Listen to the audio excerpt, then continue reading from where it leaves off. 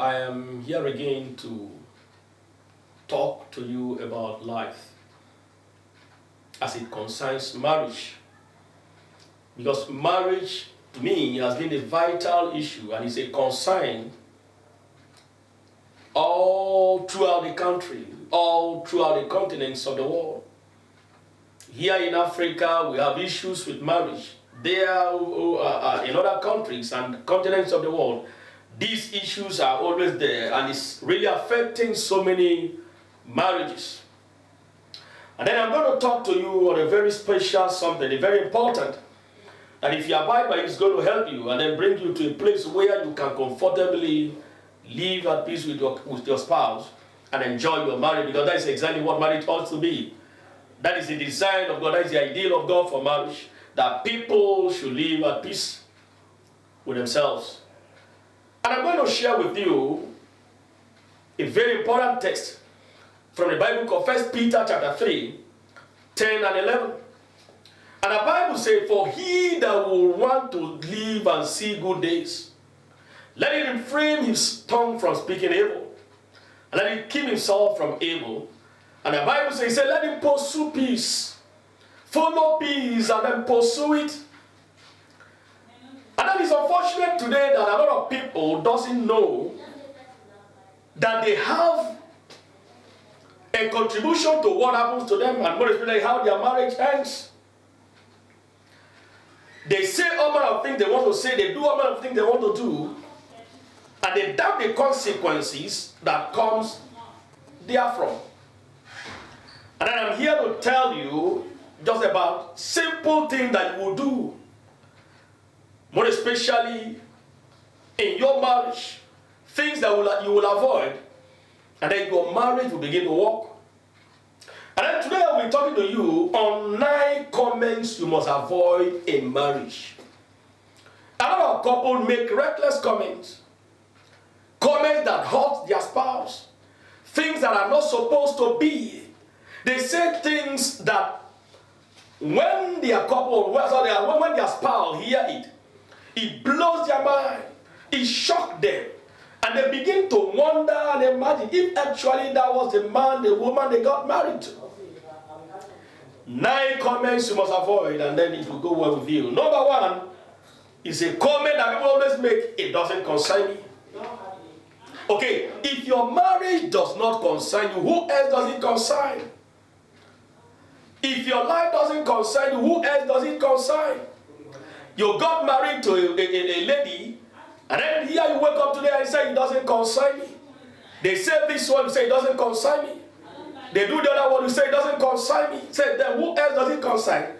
And I'm quite aware of the fact that when we begin to make this kind of reckless comment in our marriage, it hurts your spouse.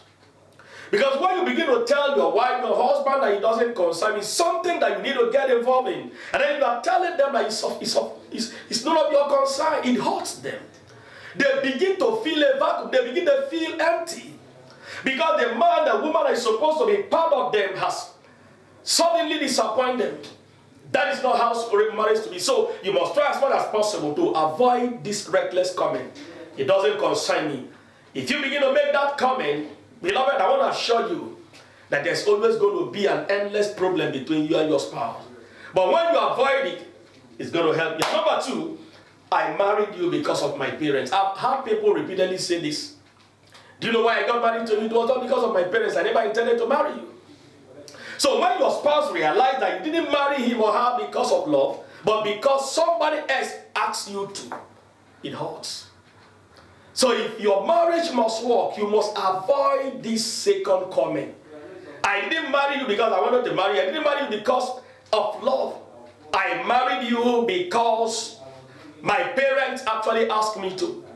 So every child of God, as you are, must try as much as possible to realize that it is very important that you shun all these kind of reckless comments. They will hurt, they will break people's heart, and they will keep your marriage in breakage. Your marriage will continue to suffer because of what your mouth produces. So you must try as much as possible to shun whatever thing that is not ideal, whatever thing that is not good, that your mouth keep producing. And number 3, I am not your type. Yes, I have had couples say that. I have had spouses say that to themselves. I have had people say that repeatedly. I am not your type. You are not my type. So if that your wife, your husband, whom you got married to is not your spouse, so who then is your spouse? If that person is not your type, then who then is your type? Beloved, it is a very reckless a statement or a comment that really hurts. More especially to the women. Anytime they hear about this, you are not my type, or they look at them, oh, does it mean that this is how my husband take me? This is what my husband takes me to be. Beloved, it is not a good way of living. So you must try as much as possible to live in a way and manner that God himself will be glorified. So when you say that your wife, your husband is not your type, you hurt such person. What it means is that I am not compatible with you. What it means is that I am not happy seeing you around me. What it means is that I am not happy being your husband, being your wife. So you must try as much as possible to cut that comment, stop it henceforth. If you are in good time with such comment, it doesn't concern me, I married you because of my parents, I am not your type, you are not my type, please try as much as possible to stop that, because it will definitely bring problems into your marriage. And number 4, I wasn't the one I want to get married to. You weren't the one I actually want to get married to. So there are a lot of people who make this comment each time to their couple, to their spouse. Each time they talk to their wife, they talk to their husband, they keep saying, it wasn't you I wanted to marry. They are always living in regret, thinking that they got married to that man, that woman they actually wanted to get married to. But somehow, destiny brought them together with the present person. And then they began to regret over and over again on a daily basis. Beloved, you can't go into marriage regretting. You can't make a good husband, a good wife, when you regret your marriage.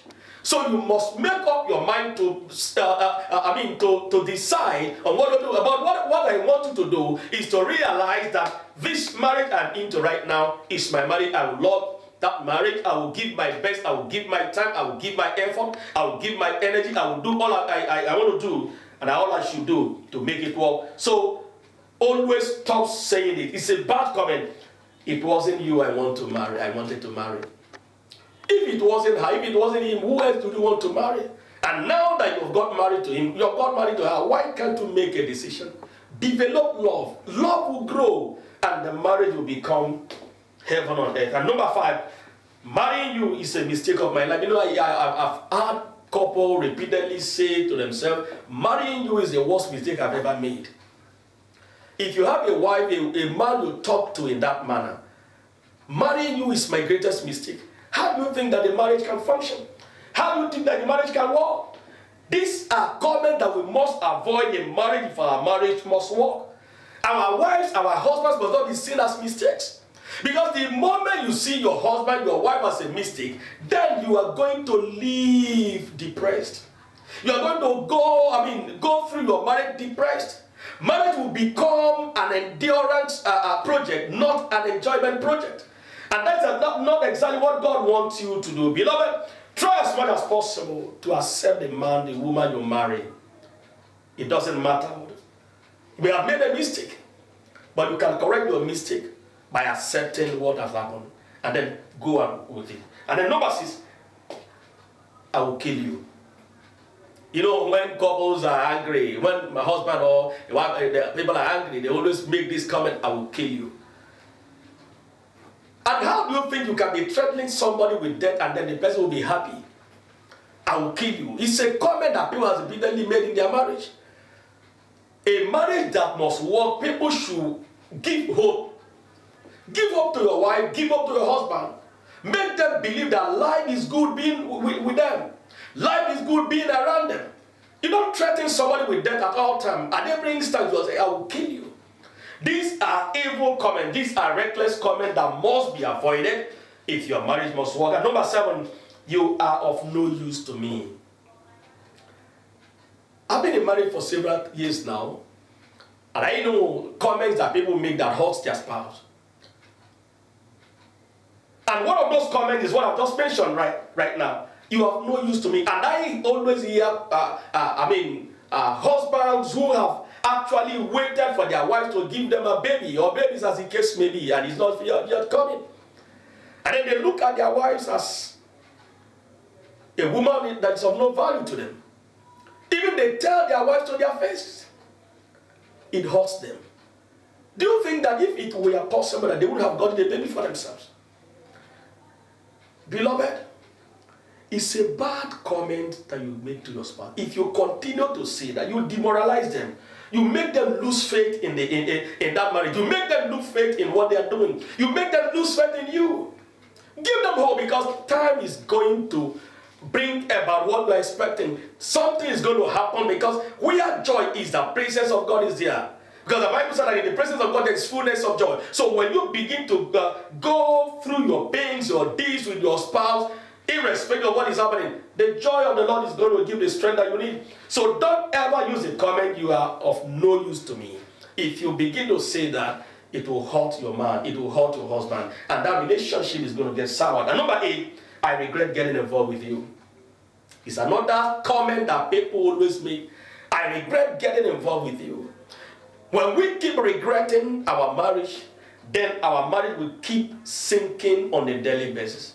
But when you begin to see your marriage, what you have done in the past, and then you begin to blame yourself for it, and then you accept it, and then move on with life, you realize that that thing you saw as a mistake suddenly becomes a stepping stone to a better marriage.